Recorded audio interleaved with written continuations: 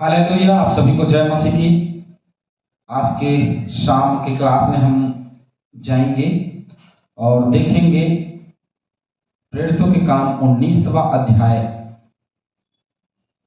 उसका वचन 14 पद से आगे हम आज देखना आरंभ करेंगे, जहां इफिसुस नगर में पौलुस प्रेरित की द्वितीय जो यात्रा है उसके विषय में, उसके संबंध में हम लगातार देखते चले आ रहे हैं और उसी के विषय में आज हम देखेंगे, जहां पे लिखा है, और स्क्विया नाम के एक यहूदी प्रधान याजक के 7 पुत्र थे जो ऐसा ही करते थे। तो एक प्रधान याजक था, उसके 7 पुत्र थे, पर दुष्ट आत्मा ने उनको उत्तर दिया, यीशु को मैं जानती हूं और पौलुस को भी पहचानती हूं, परंतु तुम कौन हो? मैं सबको जानती और पहचानती हूं, और तुम कौन हो? भैया, यीशु के सामने ये सवाल करना कि मैं यीशु को जानती हूं और पौलुस को भी पहचानती हूं, परंतु तुम कौन हो? और उस मनुष्य ने, जिसमें दुष्ट आत्मा थी, उन पर लपक कर और उन्हें बस में लाकर उन पर ऐसा उपद्रव किया कि वे नंगे और घायल होकर उस घर से निकल भागे। तो यहूदी प्रधान याजक स्क्विया के 7 पुत्र थे, और ये लोग कुछ कोशिश करते रहे कि हम कुछ करेंगे और दुष्ट आत्माओं को निकालेंगे, लेकिन ऐसा नहीं हुआ।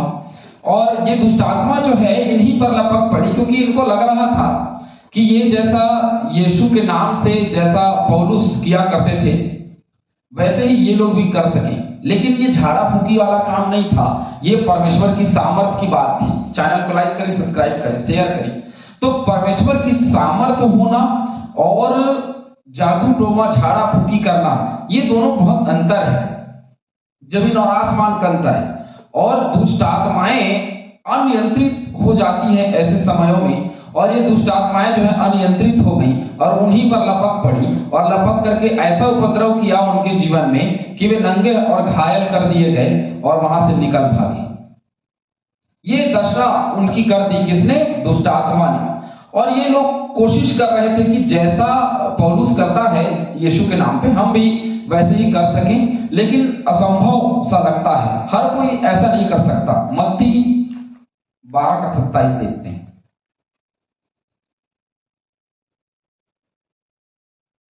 इसीलिए कोशिश नहीं करनी चाहिए। हर एक को अलग अलग सामर्थ्य दी गई है, और जिसको ये अधिकार दिया गया वही इसकी करने की कोशिश करे, नहीं तो समस्या में पड़ सकते हैं। यीशु का सामर्थ्य जब तक हमारे जीवन में नहीं होगा, यदि हम वैसा कोशिश करेंगे तो हमारे जीवन में बड़ी परेशानी आ सकती है।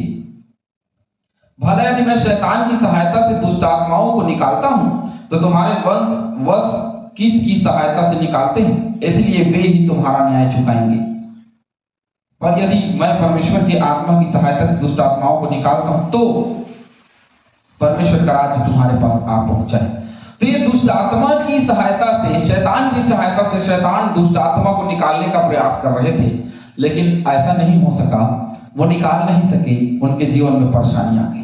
तो जितने सेवकाई सीख रहे हैं, जितने सुसमाचार का प्रचार सीख रहे हैं, मैं आपको बता देना चाहता हूं, कभी भी यदि हम लायक नहीं हैं, कभी भी यदि हम उस सामर्थ्य के साथ में आगे नहीं जा पा रहे हैं, क्योंकि दुष्ट आत्माओं को निकालना एक बहुत गंभीर विषय है, बहुत बड़ा सब्जेक्ट है, और ये जिंदगी में बहुत परेशानी को देता है। बहुत लोग इसके प्रयासरत हैं। हमारे कई लोग हैं, जैसे बैगा हैं, और कई लोग हैं जो लगे हुए हैं, और ना जाने कितने बाबा लोग भी हैं जो लगे हुए हैं। लेकिन क्या सचमुच में उनके जीवन में इतनी सामर्थ है कि सच की दुष्ट आत्मा को वो निकाल सके? नहीं। केवल यीशु नाम, जिस नाम में सामर्थ है वो यीशु नाम है, उसके अलावा और कोई नाम नहीं दिया गया। अब ये कोशिश कर रहे हैं, कभी भी जब तक हम परिपक्व नहीं हैं, जब तक पवित्र आत्मा का सामर्थ हमारे जीवन में नहीं है, तब तक हम प्रयास न करें कि उन दुष्ट आत्माओं को हम निकालें, नहीं तो हम मुसीबत में पड़ सकते हैं, समस्या में हो सकते हैं। उन समस्याओं से बचने के लिए आपको ऐसी चीजों से दूर रहना अभी जरूरी, जब तक हम सीख रहे हैं। सीख जाने के बाद, समझ जाने के बाद जो है सो है। हालेलुया, है ना? सीख जाएंगे, समझ जाएंगे, उसके बाद में सारी चीजें हमारे नियंत्रण में रहेगी, है ना, और उसके बाद में हमारे जीवन में समस्याएं नहीं होंगी।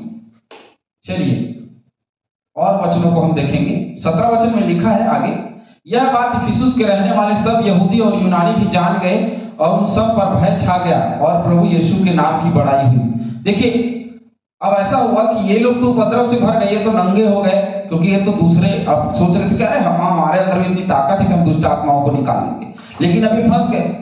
लेकिन ये सारी बात जो है यूनानी और यहूदी लोगों को पता चल गई कि कुछ लोग और कोशिश कर रहे थे लेकिन वो नहीं निकाल पाए, लेकिन यीशु के नाम से देखो पौलुस कैसे चंगाई देता है, देखो कैसे दुष्ट आत्माओं को निकालता है।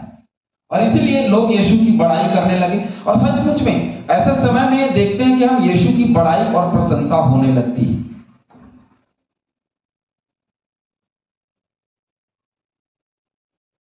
प्रेरितों के काम 18-19 पढ़िएगा, प्रेरितों 5 और 5 का 11, इन वचनों को आप पढ़ लीजिएगा। तो परमेश्वर यहोवा की बड़ाई करो, ये तब संभव है जब कुछ होगा या किसी के जीवन में सामर्थ के काम दिखाई देंगे, और वहां पे सामर्थ के काम दिखाई दे रहे थे और इसीलिए लोग बड़ाई करने लगे। और आगे जब बड़ाई कर ही रहे हैं तो विश्वास करना भी जरूरी है। हालेलुया, बड़ाई करना है तो विश्वास भी करिए। तो जिन्होंने विश्वास किया था उनमें से बहुतेरों ने आकर अपने अपने कामों को मान लिया और प्रकट किया, अर्थात अपने अपने पापों को मान लिया और प्रकट किया। जादू करने वालों में से बहुतों ने अपनी अपनी पोथियां इकट्ठी करके सबके सामने जला दी, और जब उनका दाम जोड़ा गया तो 50,000 चांदी के सिक्कों के बराबर निकला। जब ये पोथी पुराने जब रखे हुए थे, पोथी सब रखे हुए थे, उसको जला दिया, लेकिन जब उनका दाम जोड़ा गया तो ये 50,000 चांदी के सिक्कों के बराबर निकला, है ना, जो जला दिया गया। तो ऐसे किया कि जितने लोगों ने विश्वास किया उन लोगों ने पुरानी जिंदगी को छोड़ा और पापों को माना, और मान करके उन्होंने सब कुछ छोड़ करके जला दिया, फूंक दिया, क्योंकि अब उनको असलियत पता चल गई कि वास्तव में परमेश्वर की सामर्थ्य है क्या। हालेलुया। तो जब तक किसी व्यक्ति को पता नहीं चलेगा कि ये सामर्थ्य है क्या, तब तक एक इंसान छिन्न है, तब तक उसको किसी बात का भनक नहीं लगता। आगे इस प्रकार प्रभु का वचन बलपूर्वक फैलता और प्रबल होता गया।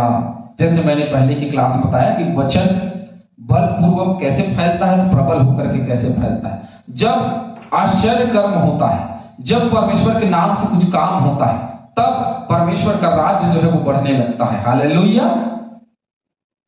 यदि परमेश्वर के राज्य को हम बढ़ाना चाहते हैं तो उसके साथ साथ हमको सामर्थ्य के कामों को अपने जीवन में भरना है। आप सब सेवकाई सीख रहे हैं तो अपने जीवन में सामर्थ्य के काम को भरना जरूरी है, पवित्र आत्मा के सामर्थ्य को भरना जरूरी है। आप पवित्र आत्मा के सामर्थ्य से भरेंगे तो उसके काम दिखाई देंगे। 21वां पद, जब ये बातें हो चुकी तो पौलुस ने आत्मा में ठाना, किस में ठाना, मन में नहीं, परंतु आत्मा में ठाना कि मकीदुनिया और अखाया से होकर यरूशलेम को जाऊं, और कहा वहां जाने के बाद मुझे रोम को भी देखना अवश्य है। ये पड़ाव है उसकी सेवकाई की। उसने कहा कि मैं मकीदुनिया जाऊंगा, मकीदुनिया से अखाया और अखाया से यरूशलेम को जाऊंगा, और वहां जाने के बाद मैं रोम को भी देखना चाहता हूं, मैं रोम भी जाना चाहता हूं। ये उसने इच्छा जताई। रोमियो की पत्री 15 का 25,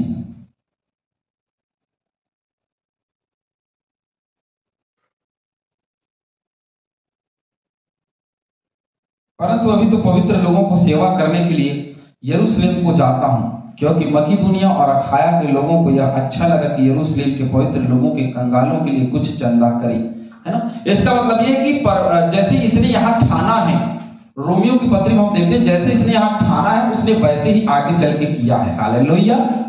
वो मकीदुनिया भी गया, अखाया भी गया, और वहां से यरूशलेम भी गया, और यरूशलेम से रोम, क्योंकि ये रोमियो की पत्री जो है वो रोम की पत्री है, जो रोम की कलीसिया को लिखी गई है, और रोमियो की पत्री।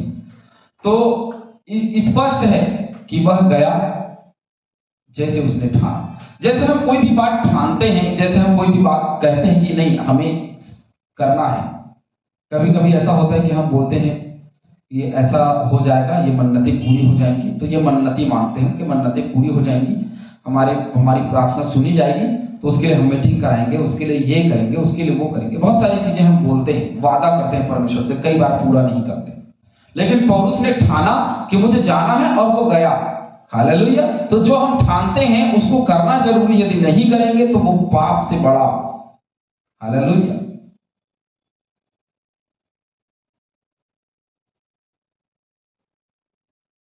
प्रेरितों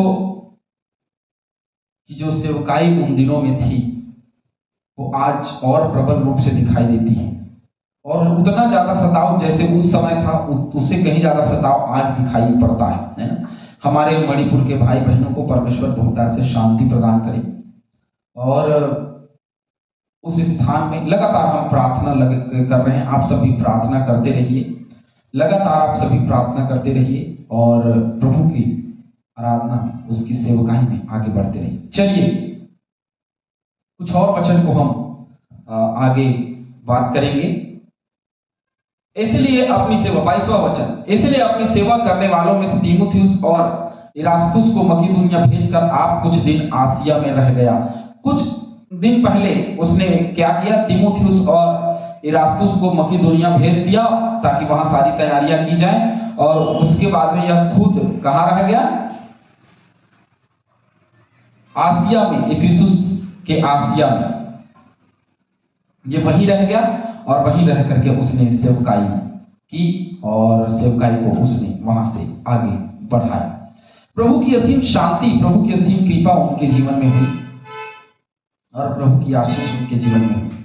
और लगातार हम देखते हैं कि पौलुस के सुसमाचार के प्रचार को रोका नहीं, वो बढ़ता चला गया। इसीलिए कभी भी प्रभु के सुसमाचार को रोकिए नहीं, और बिना सामर्थ्य के या बिना पवित्र आत्मा के अपने जीवन में स्पष्टीकरण, प्रगटीकरण के बिना कभी भी आप दुष्ट आत्माओं को निकालने का या बड़े लड़ाई में, बड़े युद्ध में शामिल होने का प्रयास मत करिएगा। पहले अपने जीवन की तैयारी बहुत जरूरी है, पहले युद्ध अभ्यास बहुत जरूरी है। आप युद्ध लड़ने के लिए आप तैयारी करें अपने जीवन में। प्रभु यीशु मसीह पहले प्रार्थना करते थे, फिर जाते थे। तो प्रार्थना करते रहिए, निरंतर प्रार्थना करते रहिए, ताकि आशीषें आपको मिले, सामर्थ्य आपको मिले, जिससे आप ये काम कर पाए। हालेलुया। परमेश्वर इस वचन के द्वारा, इस क्लास के द्वारा हम सभी को बहुत आशीष दे। आमीन।